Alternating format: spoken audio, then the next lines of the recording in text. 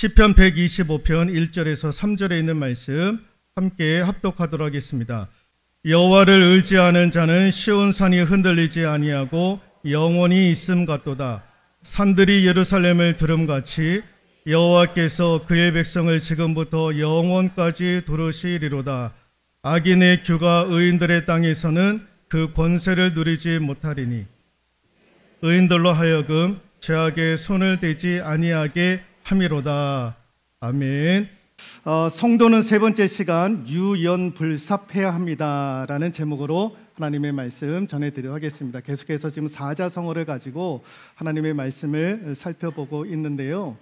화면을 보시면 아마 이제 이 장면을 기억하고 있는 분들도 몇 분 아마 계시리라 생각이 드는데 2021년도에 미국 플로리다 주에 해변가에 있는 어느 한 아파트가 이렇게 붕괴가 된 사건이 있었습니다. 이 사건으로 인해 가지고 98명의 사망자가 이르렀고 11명의 부상자가 있었다고 합니다. 그 해안가 주변에 있었던 이 아파트 12층이 되는 이 아파트가 갑자기 저렇게 무너지게 되었던 거예요. 이 아파트의 33평짜리가 21년도에 시가로 8억 6천만 원이었다고 합니다. 그러니까 거의 10억 가까이 되는 그런 아파트 한 채 값을 가지고 있는 이 건물이 하루아침에 이렇게 무너지게 되었던 거예요. 그래서 왜 무너졌는가라고 봤더니 NBC에서 미국 NBC에서 아마 이제 이런 보고를 냈던 모양입니다. 원래 이 해안가 주변에는 파도와 조류 때문에 모래 등이 이제 많이 섞여가지고 지반이 약하다라는 거예요. 그래서 예전부터 이런 약한 지반에 건물을 세우면 저는 붕괴 위험이 조짐이 보인다라고 수차례 경고를 한 바가 있었다고 합니다. 그런데 그거를 무시를 하다가 건축을 하게 되었고 그렇게 해서 이제 어느 날 갑자기 저렇게 붕괴가 되어지는, 그러니까 이제 지반이 약하면은요 이렇게 붕괴될 수밖에 없다라는 것입니다. 지반이 약하면 그러는 거예요. 그 지반이 튼튼한 곳 위에 건물이 세워지면 붕괴될 위험은 없게 되는 거죠. 같이 한번 읽어볼까요? 화면을 보시고 쓰러지지 않으면 내가 아니다. 다시 일어나지 않으면 내가 아니다. 이거 뭘 의미할까요? 쓰러지지 않으면 내가 아니다. 쓰러진다, 반드시 쓰러지게 돼 있다라는 거예요. 그런데 다시 일어나지 않으면 내가 아니다. 이거는요 무엇을 빗대온 말이냐? 오뚜기를 빗대온 얘기예요. 오뚜기는 반드시 쓰러지게 되어져 있는 거예요. 그런데 다시 일어나는 거예요. 다시 일어나지 않으면 내가 아니다. 오뚜기는 넘어지지만 다시 일어나는 거예요. 왜 일어납니까? 무거운 축이, 중심축이 딱하니 버티고 있기 때문에 기울어져도 다시 일어설 수 있는 것입니다. 여러분, 사람은 넘어지게 되어져 있는 거예요. 어려운 일, 고난, 환난을 당하면 또 아픈 이야기를 듣게 되면 상처받고 넘어지고 쓰러지게 되어져 있는 거예요. 그 사람들은 다 넘어지게 되어져 있는 거예요. 그런데 성도는 어떠냐? 성도는 넘어져도 다시 일어나는 존재가 성도인 줄로 믿습니다. 같이 한번 읽어볼까요?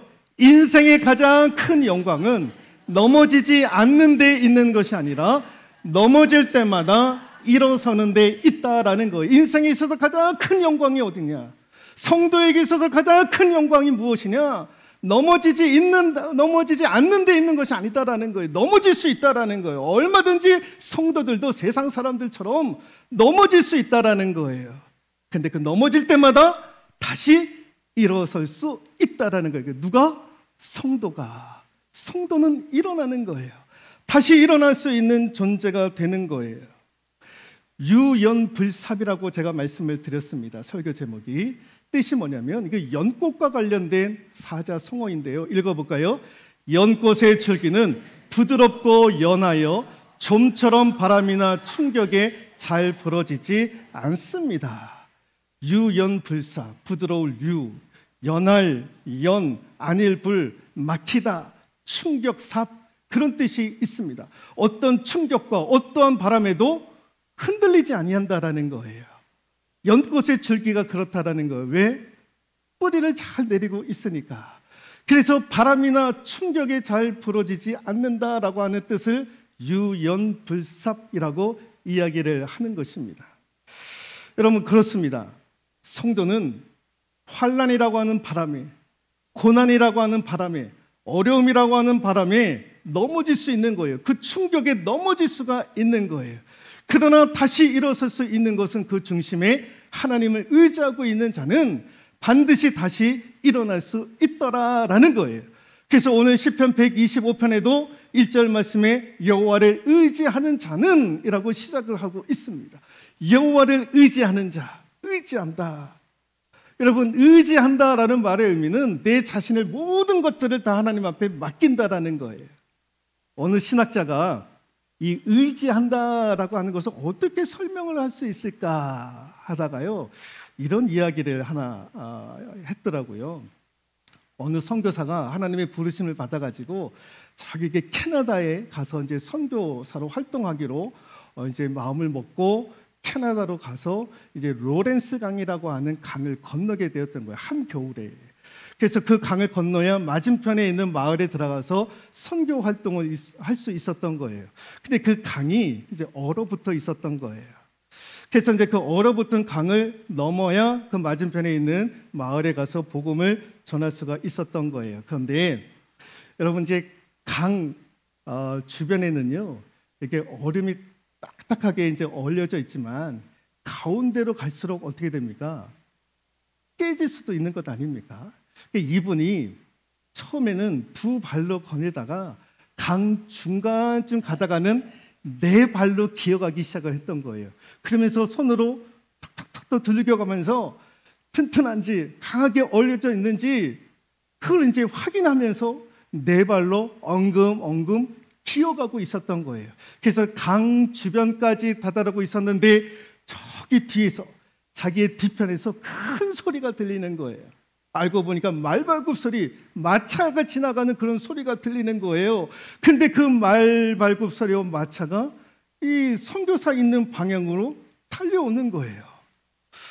저렇게 와서는 안 될 텐데, 큰일 났는데, 나도 지금 엉금엉금 기어가면서 지금 이 강을 살얼음판을 거니고 있는데 여기까지 오게 되면 다 빠져 죽을 텐데. 그런데 그 말들과 마차가요, 이 선교사 앞을 그냥 확 하고 지나갔던 거예요. 안전하게, 얼음이 깨지지도 않게. 그리고 그 강을 건너게 되었던 거예요. 그 모습을 보고 이 선교사가 깨달은 거예요. 의지하는 사람과 의지하지 않는 사람의 차이가 이렇게 크구나. 나는 지금 개처럼 네 발로 엉금엉금 기어가고 있는데 저들은 지금 말을 타고 마차를 타고 달리는구나. 그러면서 이런 말씀을 했던 거예요. 내가 과연 하나님을 의지하고 있는가?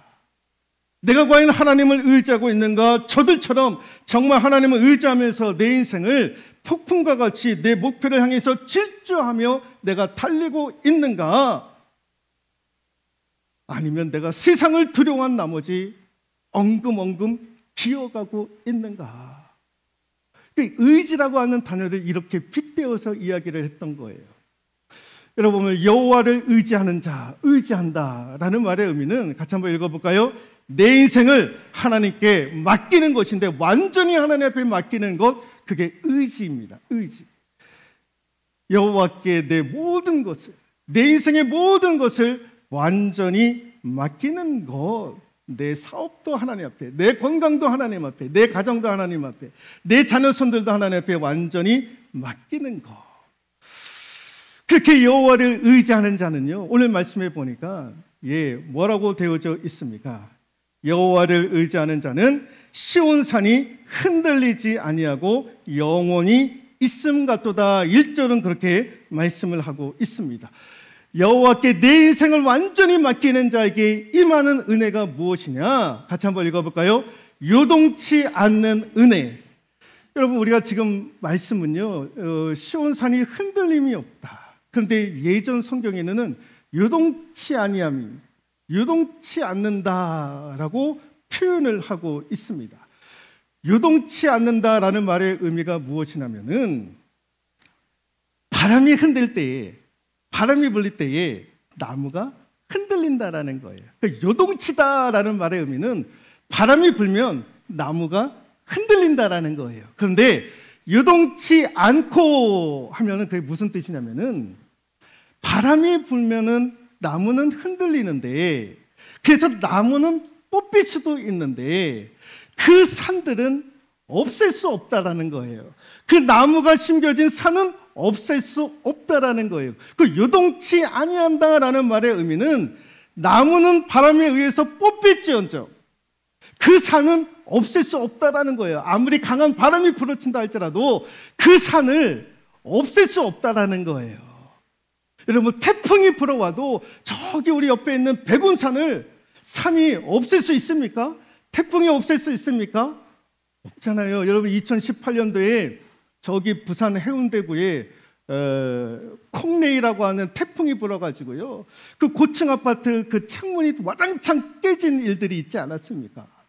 어마어마한 태풍이 불었던 거예요. 근데 그 태풍이 그 아파트의 유리창은 깰지언정 그 아파트를 무너뜨릴 수 있느냐라는 거예요. 그 아파트를 무너뜨릴 수 없는 거예요. 엄청난 태풍이 불어와도. 그런 뜻인 거예요. 여호와를 의지하는 자에게는 강력한 태풍이 불어온다 할지라도, 강력한 환란이 온다 할지라도 그는 넘어지지 않는다라는 거예요.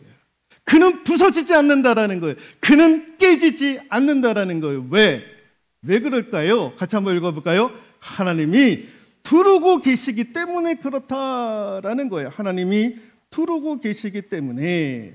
2절 말씀에 산들이 예루살렘을 두름과 같이 여호와께서 그의 백성을 지금부터 영원까지 두르시리로다. 우리 하나님께서 두르고 계시기 때문에 성도는 요동치 않는 거예요. 여러분, 조선이 멸망을 하고 고려가 이제 멸망을 하고 이제 조선이 세우지 않았습니까? 그래서 이제 수도를 어디로 정할까? 고려의 마지막 수도가요, 우리가 알고 있는 개성이었습니다. 그리고 이제 조선이 개국을 하면서 수도를 정하려고 했는데, 수도로 정하려고 했던 곳이 어디였냐면은 저기 지금 대전에 있는 계룡대가 있는 곳, 그곳을 조선의 첫 번째 수도로 정하려고 했던 거예요. 그런데 나중에는 지금의 서울 한양으로 수도를 삼았던 겁니다. 왜 한양을 서울로 수도로 삼았냐면은 한강이 흐르고 있잖아요. 그 한강에서 물을 얻고 또 물자를 공급받을 수 있고, 또 한양이 왜 중요하냐? 사방팔방으로 산으로 둘러쳐 있는 거예요. 뭐 북한산, 도봉산, 수락산, 관악산, 청계산, 이런 산들로 둘러쳐 있는 거예요. 그 요새 중에 요새가 한양이었던 거예요. 서울이었던 거예요. 그래서 조선이 그렇게 서울을, 한양을 수도로 삼았던 것입니다. 왜? 산들로 둘러쳐 있었어.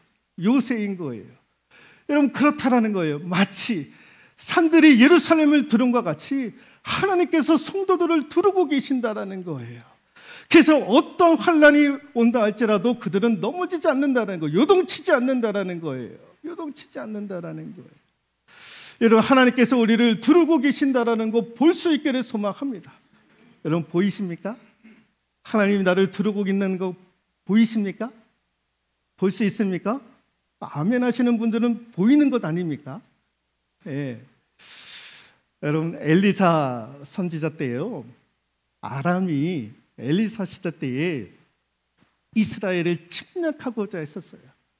그래서 수십 번 침략을 했는데 다 실패를 하고 말았던 거예요.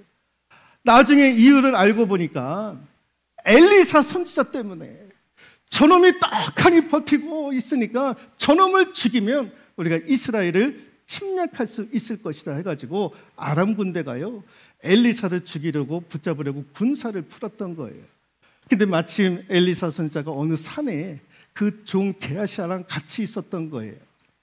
그래서 이제 거기 있다라는 것을 알고 수많은 군대들을 풀어가지고 포위를 하고 있었던 거예요. 산 주위로. 엘리사가 있는 주변에 다 포위를 하고 있었던 거예요. 그래서 그것을 보고 엘리사의 종 게하시가 두려워 떠는 거예요. 벌벌벌 떠는 거예요. 엘리사 목사님, 큰일 났습니다. 큰일 났습니다. 어떻게 하면 좋겠습니까? 이제 우리는 저들의 손에 의해서 붙잡혀서 죽을 수밖에 없습니다. 그랬더니 엘리사 선지자가, 야 이놈아, 너 보이는 거 없냐? 보이는 거 없냐? 주변을 한번 봐라. 너 보이는 거 없느냐? 주변을 보니까 아무것도 없는 거예요. 아람 군대만 보이는 거예요. 목사님, 저렇게 지금 아람 군대가 사방으로 저렇게 도처에 깔려져 있는데 저런 군대가 보이는데 뭘 보인다고 합니까? 그러고 나서 엘리사 목사님이 하나님께 기도하는 거예요. 하나님, 저놈의 종의 눈을 열어주십시오. 영안을 열어주십시오. 그리고 나서 다시 얘기하는 거예요. 다시 한번 주변을 살펴보아라. 그랬더니요, 불말과 불병거를 보았던 거예요. 천사들, 수많은 천사들, 천군 천사들이 그들을 호위하고 있고 엘리사 선지자들과 그 종을 호위하고 있는 그 모습을 보았던 거예요. 영안이 열려지면서 천군 천사들이 그들을 지키고 있는, 엘리사를 지키고 있는 그 모습을 보았던 거예요. 여러분, 이 영안이 우리에게도 열려질 수 있기를 소망합니다. 하나님의 손이 우리를 두르고 있다는 것, 우리는 비록 볼 수 없지만 믿음의 눈이 열려지면서 그것을 볼 수 있기를 소망합니다. 하나님이 우리 가정을 두르고 계신다. 하나님이 우리 교회를 두르고 계신다. 멀리 떨어져 있는 우리 자녀들, 나는 두를 수 없지만은, 내 손으로 두를 수 없지만 우리 하나님 우리 자녀들을 손으로 안아주실 것이다. 보호해 주실 것이다. 지켜주실 것이다. 우리의 믿음의 눈이 열려져서 그것을 볼 수 있기를 주님의 이름으로 축원드리도록 하겠습니다. 또 하나가 여러분, 여호와를 의지하는 자에게 주시는 은혜가 무엇이냐 읽어볼까요? 악의 권세가 우리의 삶에 자리를 잡을 수 없도록 하나님께서 하시는 거예요. 악의 권세가 우리의 삶에 뿌리를 내리지 못하도록. 여러분, 3절 말씀에 악인의 규가 의인들의 땅에서는 이라고 되어져 있습니다. 이게 어렵잖아요. 옛날 성경에는 뭐라고 번역을 하고 있냐면은 악인의 권세가 의인의 업에 미치지 못하리니, 악인의 규는요, 악인의 권세로, 의인의 땅에서는 의인의 업으로 옛날 개역 성경은요 그렇게 번역을 하고 있었던 거예요. 업이 뭐냐? 옛날 성경은 땅이, 의인들의 땅이 업으로 번역되어 있는데, 업이 뭐냐? 돌이에요. 돌. 무슨 돌이냐? 이스라엘 백성들이 가나안에 들어가서 땅을 이제 분배했을 때에 제비뽑기를 하지 않습니까? 그 제비뽑기 했을 때 돌을 던져서, 돌 주사위를 던져가지고 1번이 나오면 세풍리, 2번이 나오면 도월리, 3번이 나오면 봉강리 해가지고 땅을 분배를 했던 거예요. 그 돌이 이스라엘 백성들이 12지파를 살 수 있는 지역 운명을 결정을 했었던 거예요. 그래서 저 업이 의미하는 것이 무엇이냐? 운명인 거예요. 운명. 그래서 3절을요 이렇게 번역을 할 수가 있습니다. 같이 한번 읽어볼까요? 악인의 권세가 의인의 운명에 미치지 못하리니, 의인의 운명에 미치지 못하리니 라는 거예요. 악의 권세는요, 악도 악이지만은요, 환난, 어려움, 고통, 고난, 부정적인 생각들, 잘못된 생각들, 이런 것들이 우리의 운명에 미치지 못한다라는 거예요. 우리 내 뿌리를 내리지 못하게 한다라는 것입니다. 우리의 삶에 자리를 잡지 못하도록 하는 거예요. 뿌리를 내리지 못하게 한다라는 것입니다. 여러분, 그리스도인들도, 성도들도 세상 사람들처럼 영향을 받는 거예요. 어려우면 어렵다라고 이야기를 할 수가 있는 거예요. 고통이 오면 고통을 받는다라고 얘기를 하는 거예요. 그 영향을 받을 수 있는 거예요. 그런데 하나님을 의지하면 그 부정적인 것들이, 그 나쁜 것들이 우리 안에 뿌리를 내릴 수 없다라는 것, 내 운명에 영향을 미치지 못한다라는 거예요. 어떤 상황과 환경이 온다 할지라도 그 상황과 환경이 우리의 운명을 미치지 못한다라는 거예요. 우리 운명을 결정하지 못한다라는 거예요. 그 성도는요, 환경과 상황에 영향을 미치지 못하는 거예요. 그게 성도인 거예요. 성도의 운명은 환경과 상황에 있는 것이 아니라 어디에 있느냐? 하나님께 있는 거예요. 성도의 운명은, 인생의 모든 운명은 누가 지고 있느냐? 우리 하나님이 지고 계시는 거예요. 하나님에 대해 운명을 결정지고 있는 거예요. 쓸데없는 것들이 우리의 운명을 결정짓지 못하는 거예요. 할아버지와 손자가요, 이렇게 추석 때 만나가지고 이런저런 얘기를 했던 거예요. 그러면서 이제 늑대 얘기를 할아버지가 손자한테 얘기를 하는 거예요. 얘야, 늑대가 있는데 늑대에게도 착한 늑대가 있고 좋은 나쁜 늑대가 있다. 그래서 이제 나쁜 늑대는 우리에게 분노를 주고 시기를 주고 슬픔을 주고 탐욕을 주고 뭐 원한 열등, 거짓 이런 것들을 주는 나쁜 늑대와 같은 놈들이 있다라는 거예요. 근데 착한 늑대도 있다라는 거. 그런 착한 늑대는 우리에게 기쁨을 주고 평화를 주고 평안을 주고 사랑을 주고 희망을 주고 인내를 주고 좋은 것들만 갖다 준다라는 거예요. 그런 이야기를 듣고 이제 손자가 할아버지한테, 그럼 할아버지, 나쁜 늑대와 착한 늑대가 싸우면 누가 이길까요? 누가 이길까요? 여러분, 누가 이길까요? 나쁜 늑대와 착한 늑대가 싸우면 누가 이길까요? 할아버지가 이런 명언을 남겼어요. 같이 한번 읽어볼까요? 네가 먹이를 주는 놈이 이기지. 네가 먹이를 주는 놈이 이기지. 네가 나쁜 늑대에게 먹이를 주면 그 나쁜 늑대가 이길 것이고, 네 먹이를 착한 늑대에게 주면 그 늑대가 이길 것이다. 네 먹이를, 네가 가지고 있는 먹이를 누구에게 줄 것이냐? 누구에게 줄 것이냐? 분노, 시기, 질투, 걱정, 염려, 슬픔 등의 먹이를 나쁜 늑대에게 주면 그 늑대가 나를 잡아먹는 거예요. 나를 잡아먹는 거예요.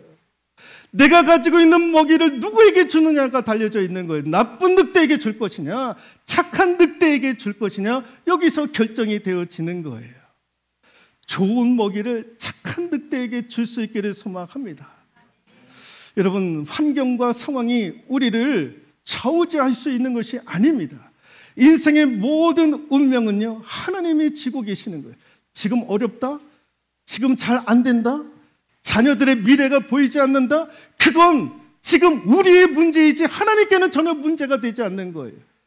지금 다 꽉꽉 막혀 있다고 할지라도 하나님께서 그의 문을 열어 가시면은요, 하나님께서 다윗처럼, 다니엘처럼, 모세처럼 하나님께서 그렇게 쓰시는 거예요. 그들의 운명은 하나님께 있다라는 거예요. 여호와를 의지하는 자는 요동치 아니하고 여호와를 의지하는 자는 하나님이 그의 운명을 지우고 계신다라는 거. 그래서 성도는요, 유연불사해야 되는 거예요. 어떤 환경과 어려움이 온다 할지라도 넘어지지 아니하는, 뿌리채 뽑히지 않는 우리 성도들, 우리 새분께 교인들 될 수 있기를 주님의 이름으로 축원드리도록 하겠습니다.